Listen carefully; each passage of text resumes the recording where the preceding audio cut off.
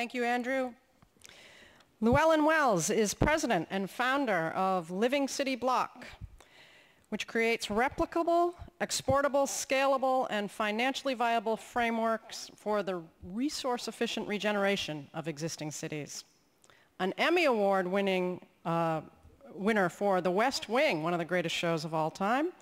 Lou's talents as a producer now bring community tenants together in eco-co-ops to finance local retrofits. He has projects currently ongoing in Colorado, Washington, D.C., and my home hood, Brooklyn's Gowanus Canal District, which I'm lobbying to get changed to Gowanus Heights. Please welcome to the stage Lew Wells.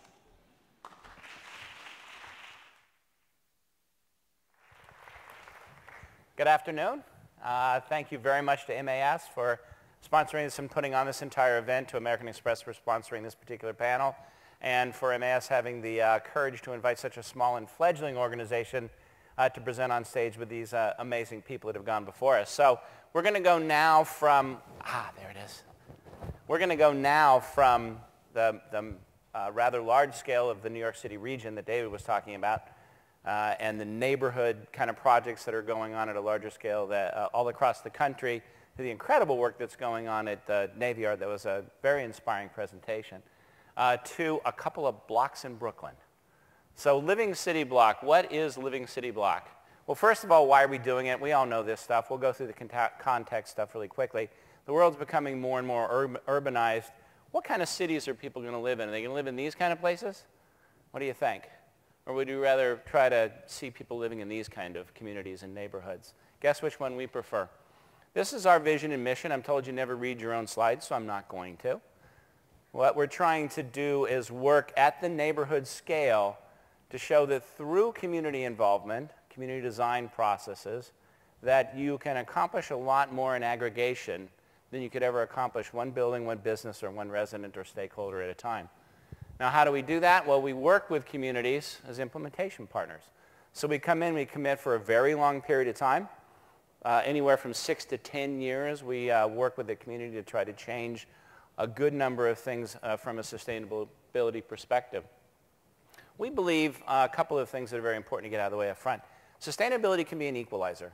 If done right, sustainability can break down some of the walls in between social classes, frankly, in this country. If government policy incentivizations are properly aligned and civil society steps in, particularly in the early stages of this process, and contributes as not-for-profits and or academic institutions and other government types of agencies, and then begins to find ways to hand off the process to the commercial marketplaces over time, we think this all can be done in a way that creates opportunity across all kinds of different levels. And we believe the same thing about preservation. Again, if incentivizations, government policies are aligned properly, and the right types of civic society organizations come in and begin to build process up to a point where they can switch those things or hand them off to the commercial markets, this kind of work can really go to scale. And that line, the most sustainable building is the one you don't have to build. I just made that up, you know. That was my original piece. Said 14 times today already. So this is a build slide, so just go all the way through, my fine helper up there, until you get to something showing up on the lower right-hand side. There. We believe that all of these things have to be accomplished and can be accomplished at the same time by basically working on the same set of problems all at once. And by working as whole systems thinkers and whole systems implementers, you can create advantages of economies of scale, non-duplication of services and efforts, at a more financially sustainable set of numbers than if you try to do any of these things one thing at a time.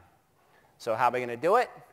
You've all seen this overused, hackneyed triangle everyone talks about these days, but we strongly believe that if you don't think about these things equally and all at the same time, you're not going to begin to have the same effect working on things over time. As Cade so well said earlier, if a neighborhood isn't substantially sustainable in all of these ways, it doesn't matter what you do to one building at a time. Those buildings are not going to be preserved, and the community is not going to be sustainable. So first of all, in the real world, you have to prove that there's a business and finance case that makes all of this possible. Now, the business case is that this stuff has to work for individual building owners, neighborhood stakeholders, business owners, et cetera. The finance case is a little different. It means that the financial community has to step up and help us develop products over time that allow this type of work to be commercially, financially supported over time. David mentioned the new New York City Energy Efficiency Corporation. Programs like that are begin to help grease the wheels to allow the commercial financial markets to step up and finance for us. Then you have to prove that this stuff is good for economic development for the community, the region, the neighborhood itself. We believe that there are enough numbers finally coming online that prove that green buildings are more valuable. They garner higher lease rates. They hire better absorption and retention rates for those of you in the real estate business. And that over time, if you do a community of buildings in that respect, imagine that multiplier effect you can have. Then finally, of course, these have to be better places that you're working on to create, better places to live, work, and play. The people want to live there. They want to work there. They want to make these places their home.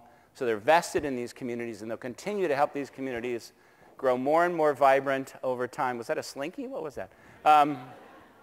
More and more sustainable and stable over time. So this project merged out of Rocky Mountain Institute, Amory Lovin's think tank out in Colorado. And when we were all working there, we were looking for a way to work in a space in the urban environment that we didn't think was like overly attended yet. So what we discovered is that 45% of the square footage of commercial buildings in the United States are owned by 95% of the owners. And that 45% of the buildings are made up of buildings that are small to medium-sized commercial buildings, according to Urban Land Institute. So under 100,000 square feet, mostly, frankly, well under 50,000 square feet. Which means then that 55% of the commercial building stock in this country is owned by 5% of the owners. So as you begin to think about how we're going to affect changing the energy and resource efficiency profile of our building stock, commercial building stock in the U.S., you can imagine that it's somewhat easier to get at that 55% of the building stock that's owned by 5% of the owners. There are a lot of industrial owners. There are a lot of government owners. There are a lot of institutional academic building owners. And they're usually single points of contact, and these are often organizations with good credit, good staffs that can deal with energy issues and finance issues. But what about all those other buildings, 45% of the buildings that, of course, also use 45% of the fossil fuels that go into heating and cooling, et cetera, and put out about 45% of the greenhouse gas emissions? Well, we think the only way you can get at those building owners is through an aggregation model. Because the truth is, sadly, that one building at a time, if you're an under 50,000 square foot building, is not necessarily a great business case for attempting what we would call deep resource efficiency retrofits. By deep, we mean anything above 40%, hopefully up towards 75% in resource use reduction over time. So our model is an aggregation model. We stole this from Methuen, which is a terrific design build firm out in Seattle. We talk about attacking this problem at the neighborhood scale. We also started looking at where do these buildings sort of congregate, as it were. A lot of them are in neighborhoods that were small retail centers or industrial centers, even manufacturing centers, as our cities built and sprawled over time back in the old days. They were sort of built around old-fashioned transit-oriented development, where the cable stops were, where the best intersections were, where the trains and warehouses were.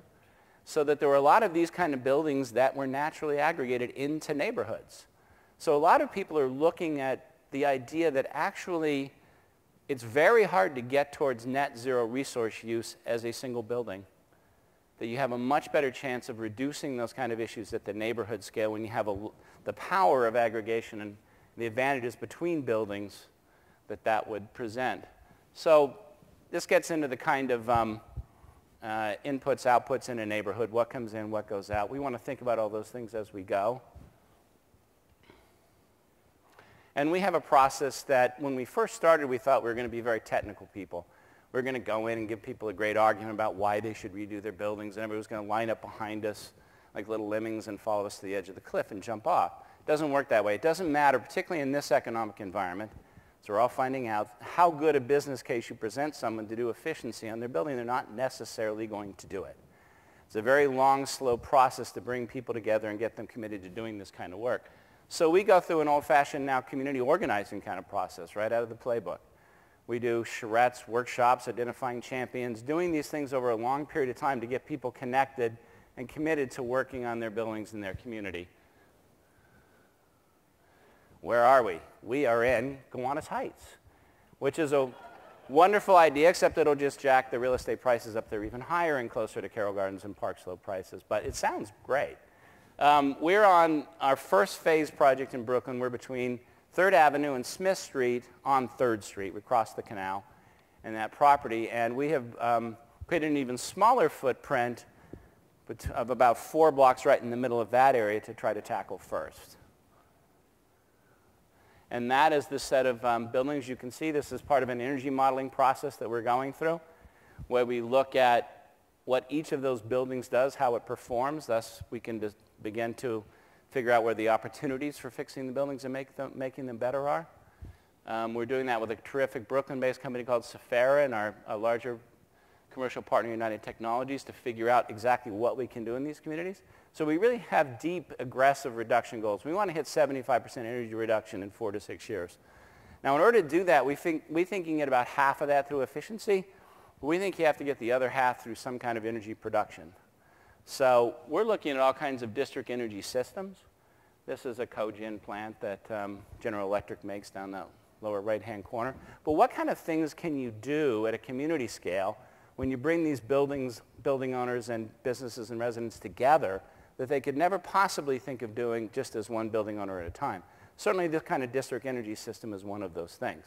There are all kinds of barriers to doing it, regulatory barriers, legal barriers, perception barriers, but we intend to work on those over the next 2 years to break those problems down as much as possible. We also are working on stormwater retention, all the other resource issues. We're working on urban agriculture, creating a sense of place, and street life, all of those things as well. Kind of concentrating today on the resource efficiency stuff because we feel that's what has to happen to preserve these wonderful old buildings, whether historically protected buildings or not, by making them more valuable and creating buildings that are performing better in the marketplace because their operations costs are going down and their retail and value costs are going up. So, I'm going to hit on the biggest problem, I think, of all of this today, and that is that there aren't great financing models for getting this kind of work done through the regular sort of commercial financing mechanisms. Why can't we monetize the future energy savings? We make huge bets as an economy on all kinds of future of things all the time. Why haven't we gotten to this yet? Lots of reasons, but we're going to be one of many, thankfully, thousands of groups across the country trying to help solve that problem. So there are a lot of new tools. You can imagine what a negawatt is. It's the opposite of a regular watt. Why can't we figure out a way in this culture in this economy, where the saved watt is every bit as valuable as the produced and sold watt? Lots of people are trying to think how to do that. That's in our modeling and our thinking. We want to sort of approach this as if we're a resource services company. There are big ESCOs, energy services companies. What if you do all the resources at once? What advantages are there to working on water and energy, waste, and other things all at the same time? We'll probably use a project finance model in the end because that's what's available today. There are some program-related investments by some foundations that will help grease the wheels for all this stuff in the early years. Community development models. What we're doing is this thing at the bottom, bringing disparate owners together into an aggregation of people that will allow them to do together with us more than they could ever do on their own. So we're creating sort of a model where we bring everybody together into an organization, create a building owners association or a resource cooperative of sorts, have them all to come together and sort of contract us, as it were, to do all the work on the neighborhood, creating what would essentially be a single point of contact customer where there were 40 or 50 very small disparate customers before, which are very hard to get together to do anything and very hard for the commercial markets to actually interact with. That's a capital stack for those of you who do real estate development. To do these things in the early years, it's going to be a real scramble. Some people call it a knife fight in a dark alley. Whatever works. Where do you get the money? How do you put these things together? For those of you who know, the Jonathan Rose companies do some of the best work in the world on mixed income sustainable development. They sometimes will put a capital stack together with 28 to 35 different finance sources. So this is complicated, difficult stuff still. Hopefully over the time this will all become a lot more simple. But as you can see, what our goal is to take these kind of tools, whether they're finance tools or technology tools, and through aggregation, be able to do things in communities and on buildings that allow those buildings to enter a new sort of profile and be more resource efficient and frankly more profitable. And that, as a beginning point, is how you begin to make those neighborhoods more sustainable. The tools that are available now in the financial markets are energy efficiency related kind of programs, because that's where the money is, so that's where we concentrate. But our goal, of course, is strong, resilient communities. And I'd just like to do this slide because I'm proud of myself for getting these two people on the same slide. But that is what we really care about. All of this stuff is possible today. None of this is science fiction. All of these technologies exist. All of the financial models used in other industries exist. Why can't we take what's possible today and make it practical so this stuff can start to go to scale? So thanks for your time. I appreciate it. Come see us in Brooklyn sometime.